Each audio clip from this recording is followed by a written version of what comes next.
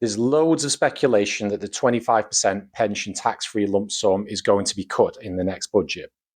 A sensible rule of thumb with these kinds of things is you don't make big, irreversible decisions based on speculation.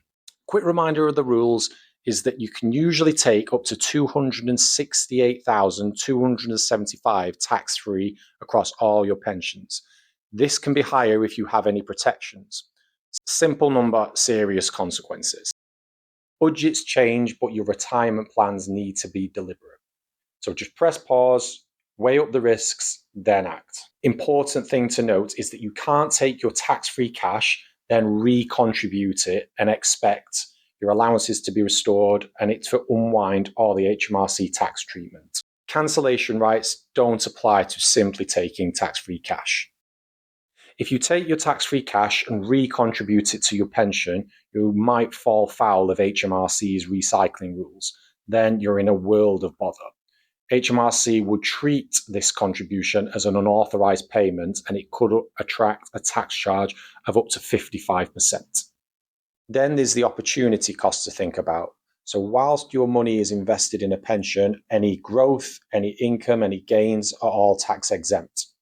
If you pull the cash out, keep it in your bank account, then inflation can quietly erode it over the long term. Right now, most unused pensions sit outside of the estate for inheritance tax purposes. There are government proposals and legislation going through that means that pensions are brought back into the estate from the 6th of April 2027. So the timing of this really matters. So, should you take the maximum tax-free cash from your pension? Usually not, and certainly not just because of rumours. Only take it if it's clearly part of your plan and it fits within your cash flow needs.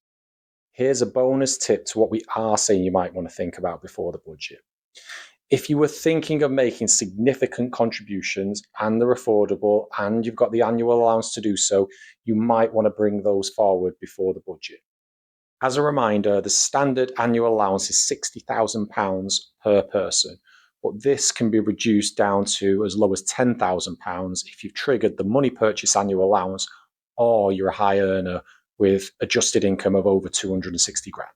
Right, let's work through this worst case example of taking 268,275 out tax-free, then trying to recontribute that same amount back into the pension. If HMRC deemed this to be recycling, they would levy a 40% unauthorised payment charge.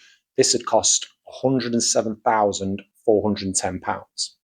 Plus, if certain thresholds are met, a 15% surcharge, which would cost £40,241.